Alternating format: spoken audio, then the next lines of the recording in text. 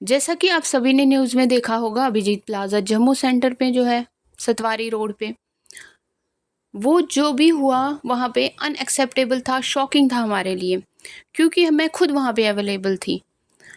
हमारी reporting time 6 बजे की थी। जब हम वहाँ पे पहुँचे तो प्रॉपरली अच्छे तरीके से वहाँ पे चेकिंग हो गई। चेकिंग होने के बाद हमारा ये दिमाग में कंसेप्ट था, जो लिखा हुआ है 8:30 से 10:30 तक आपका पेपर हो जाएगा। हम जो ही एग्ज़ाम सेंटर में गए, थोड़ी देर 10-15 मिनट लाइट रही होगी या 20 मिनट कह सकते हैं, उसके बाद ख़त्म, लाइट ही नहीं है, सिस्टम नहीं काम कर रहे हैं। जो ही लाइट आती थी, वो जो वहाँ पे ड्यूटी पे थे, वो लगभग एक-एक स्टूडेंट्स के पास 10-10 बार चेक करने आते थे सिस्टम क्या मसला है, चल नहीं रहा है, तो लाइट चली जाती थी। ऐसे करते-करते हमें 12:30 बज जाते हैं। हम 12:30 तक भूखे प्यासे, हमें पानी की एक बॉटल दी गई थी सुबह के समय, छोटी-सी, तो वो तो उसी समय ख़त्म हो, क्योंकि प्यास लगी थी, लाइट नहीं थी, सफोकेशन हो रही थी, गर्मी भी बहुत ज़्यादा थी। तो जब हम 12:30 तक भूखे प्यासे बैठे रहे, ना फ़ैन था ना कुछ, तो बच्चे ऑब्वियसली फ्रस्ट्रेट हो गए, तो वो बाहर निकलने लगे, कुछ बच्चे बाहर चले गए और कुछ अंदर रह गए। उन्होंने शटर लगा दिया, पुलिस भी आई थी वहाँ पे, बट कुछ भी नहीं कर पाई, क्योंकि वहाँ पे मैनेजमेंट बिल्कुल बकवास थी। और जो स्टूडेंट निकल पाए वो बाहर निकल गए, जैसा कि आप देख सकते हो कि जो यहाँ पे ये मीडिया के साथ बातें कर रहे हैं, और जो वहाँ पे इन्विजिलेटर है वो उनको बोल रहा है अंदर आने के लिए। सबसे पहली बात यहाँ पे उठती है कि जिन बच्चों की चेकिंग होती है एग्ज़ाम सेंटर में, वो बाहर कैसे निकले? अब आप सोच रहे होंगे ये तो वो बच्चे नहीं हो सकते हैं। आप इनके हाथों में बैंड देख सकते हो, ग्रीन कलर का बैंड लगा हुआ है। ये तो कुछ ही बच्चे हैं, बाकी तो पीछे हैं, जो आपको दिख नहीं रहे हैं वीडियो में। तो ग्रीन कलर का बैंड लगा हुआ है, मीन्स इसकी चेकिंग पूरी हो गई है, अब ये ऊपर चला जाएगा।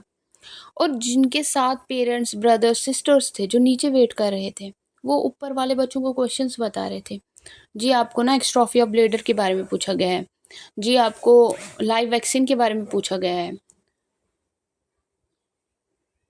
जब तक हमारा एग्ज़ाम स्टार्ट हुआ ना, तब तक सबका एग्ज़ाम ख़त्म हो चुका था। जो बाहर जो भी थे वो उनको क्वेश्चंस बताते गए। वहाँ पे बहुत ज़्यादा उस समय बच्चे जमा थे जब नीचे से क्वेश्चंस बताए जा रहे थे। तो इसका पूरा का पूरा मतलब ये है ना कि हमारा पेपर का इंटीग्रिटी ख़त्म हो गया है। अगर 10-12 क्वेश्चंस भी किसी को पहले से मिल जाए, तो 0.1 से 0.2 मार्क्स का भी जो डिफरेंस होता है वो सिलेक्शन डिसाइड कर लेता है, जो आपको भी पता है। मुझे सबसे ज़्यादा हैरानगी की बात यह है कि मीडिया इस इशू पर क्यों चुप है, क्यों नहीं बात कर रहा है। बच्चे पूरे साल कई बार 2-2 बार 3-3 बार पेपर दे रहे हैं, इतनी हार्ड वर्क करते हैं, किस लिए? जॉब के लिए। अभी तो हमें स्टेट गवर्नमेंट से कोई उम्मीद ही नहीं है, जैसा कि आपने देखा था कि प्रीवियसली जेकेएसएसबी में क्या हो गया, और अब सेंट्रल लेवल पर भी ऐसा इंसिडेंट होने लगे, तो हम क्या ही फिर उम्मीद कर सकते हैं किसी और इससे भी हाई लेवल से। और जब पेपर शुरू हो गया, अब हमने सोचा चलो पेपर दे देते हैं, जैसा भी होगा। तो वो डिस्कस करने लगे वहाँ पे सारे। वहाँ पे डिसिप्लिन नाम की कोई चीज़ ही नहीं रही वहाँ पे। इतना शोर था, ऐसा लग रहा था जैसे हम कोई ऐसे क्लासरूम में बैठे हैं कि टीचर बाहर चला गया हो, तो हम अब शोर मचा रहे हैं।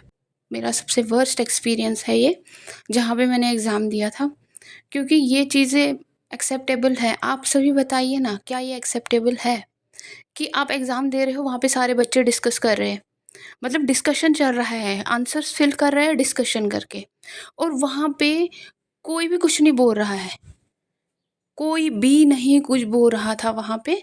तो आप बताइए, क्या यहाँ पे फेयरनेस हो रही है? क्या हमारे साथ सही हो रहा है? ये सब चीज़ें करके एक इंसान को विश्वास ही उठ जाता है कि हम पढ़ाई करेंगे, हम एग्ज़ाम के लिए पढ़ेंगे।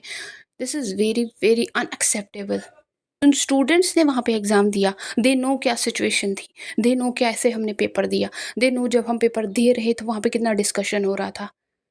ये उन बच्चों के लिए आसान है, चलो हमने ना एक दूसरे के साथ डिस्कस करके पेपर फिल कर लिया, हम आगे बढ़ जाएंगे, लेकिन आगे क्या करेंगे? ज़रूरी नहीं है जॉब मिल जाए, फिर आगे भी बहुत सारी चीज़ें होती हैं। तो ये सब चीज़ें बर्दाश्त के काबिल नहीं है। बच्चे इतने दूर से आए थे, मोस्टली जो ये पहले एक प्रॉब्लम क्रिएट करते हैं ना, ये सेंटर ही अलग रखते हैं। कश्मीर के बच्चों को जम्मू रख देते हैं, जम्मू के बच्चों को कश्मीर रखते हैं। किस लिए? ये ऐसा भी तो कर सकते थे, हमें नज़दीक नज़दीक सेंटर रखते थे, प्रॉब्लम नहीं हो जाती। बट जो बच्चे 8-8 हज़ार 10-10 हज़ार की टिकट्स लेकर दूसरी दूसरी जगहों पे गए, आधे कश्मीर गए, आधे जम्मू गए, आधे बाहर गए। स्पेशली मैं यहाँ की बात कर रही हूँ क्योंकि यहाँ पे प्रॉब्लम हुई है।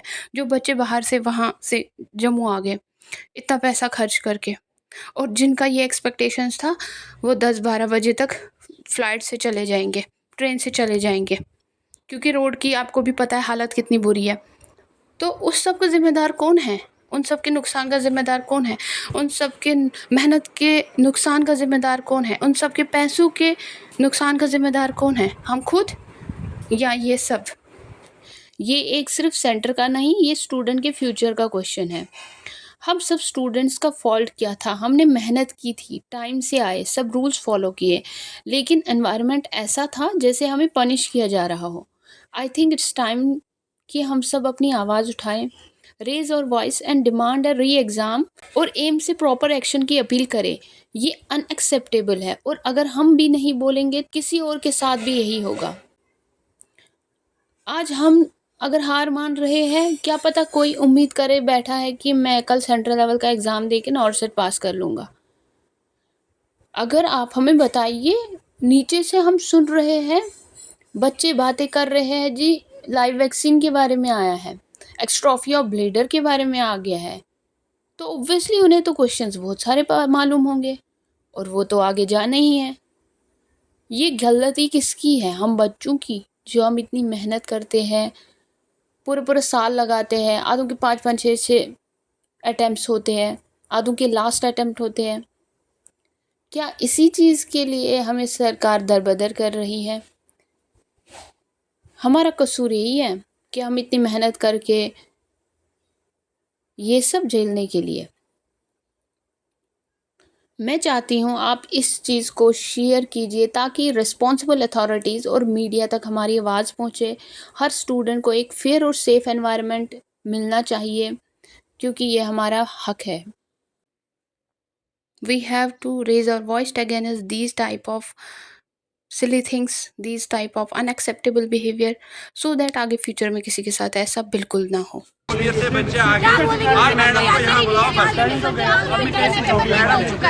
क्या हुआ मैडम? पेपर लीक हो गया सर हमारा। बच्चे बाहर आ जाओ प्लीज, आप सारे बच्चे बाहर आ जाओ। जब तक मैडम बाहर नहीं आएगी कोई अंदर नहीं जाएगा। मैडम को बाहर बुलाओ, मैडम को बुलाओ। ये सेंटर नीड्स टू आंसर। खत्म हो गया भाई, नहीं वो ठीक है। अब मेरी बात सुनिए, वो खत्म हो गया, बट यार ऐसा र्यूमर मत फैलाओ कि पेपर लीक हो कुछ हो। सर 3 घंटे से बच्चे बाहर घूम रहे हैं। जो बोल रहा है कि पेपर कैसा था, स्टैंडर्ड था, मीडियम था, ये है ना ग्रुप में मैं बोल रहा हूँ सर। देखो मैंने स्टैंडर्ड पेपर आया, उनको पता भी है हर जगह, लेकिन ये नहीं है कहीं पे कि कौन सा क्वेश्चन है। सर बच्चों ने शेयर किया है, बच्चों के साथ बच्चे फोन कर रहे हैं। 3 घंटे से आपके सेंटर से बच्चे बाहर घूम रहे हैं, फोन पे बात कर रहे हैं। प्लीज आप अंदर चलिए सर। हाँ मैडम, बच्चों ने 8 घंटा लगा के कश्मीर से बच्चे आ गए। हाँ मैडम को यहाँ बुलाओ।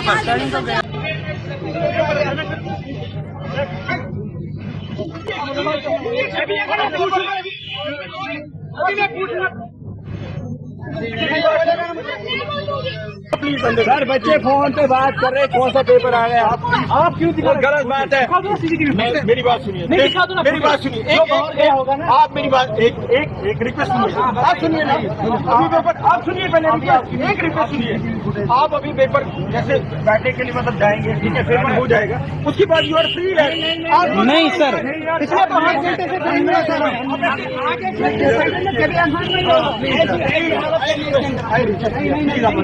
पहले प्रूफ फोन कर रहे थे, नहीं सर बोल रहा है कि अभी तक आप प्लीज मैरिज ये नहीं चलेगा। वो सारे बाहर आ जाओ।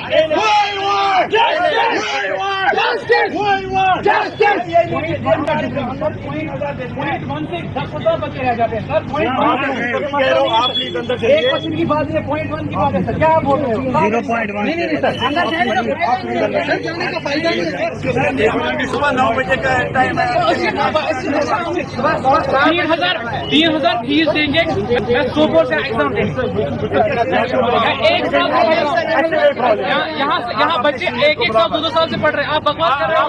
भाई ये अपने सीनियर को बुलाएं बस। आपने ये बोला कि कुछ बच्चे इशू कर रहे हैं, हम इशू इस चीज का कर रहे हैं। में लिख के दो कि हम इशू कोई इशू नहीं हुआ। अगले 10 मिनट में आप लिख के दो, फिर हम एग्जाम देने बैठेंगे, फिर होगा। फ्यूचर के साथ खेला जा रहा है। वी एक्सेप्ट हमारे बच्चे बाहर गए, बात सुनिए, उनने क्वेश्चन दे के बाद आप मेरी बात सुनिए, हम एक्सेप्ट करते हैं। आपने कुछ अरेंज नहीं किया है। सर आपके बच्चे अभी तक कहाँ थे? बच्चे कहाँ थे जिनका एग्जाम था? अभी ये बाहर से घूम रहे थे। इस बार में बाहर आए, इससे पहले बाहर नहीं आए। न्यूज़ वालों को बुलाओ। सर ये फ्यूचर है बच्चों का। रिक्वेस्ट किस चीज के लिए? आपकी सर आपकी ड्यूटी है, हम मानते हैं, लेकिन बच्चों का फ्यूचर है। नहीं, मैं अंडरस्टैंड कर, देखो मेरी बात सुनिए। आपने 3 घंटे से देर किया। आप अपने सीनियर को बुलाइए बस। 3 घंटे 7 बजे से मैम देर एंड देर नहीं थे, वो टेक्निकल इशू है। टेक्निकल इशू आपको पहले से नहीं बताने को दिया है। एम्स वाली मैम कहाँ है? वो बैठी अंदर ही होंगी। वो मैडम को बाहर बुलाइए। नहीं, मैडम को बाहर बुलाइए।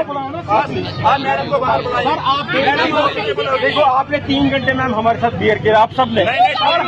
अभी नेक्स्ट 10 मिनट में सर आपकी जॉब है, हमारी जिंदगी का सवाल है। आप क्यों नहीं समझ रहे? मेरी बात सुनो, अगर आपको लग रहा है ना हम गलत बोल रहे हैं, एजेंसी है यार, कोई बात नहीं। सर आप मुझे बताओ, अब 3 घंटे से बच्चे मर रहे हैं, थोड़ा हमारे क्या होगा? एक मुनीर से बच्चे आ गए। आप मैडम को यहाँ बुलाओ बस। मैडम नीचे देंगी बोले, मैडम को एक बार बुलाइए बाहर। सारे बच्चे बाहर आ जाओ।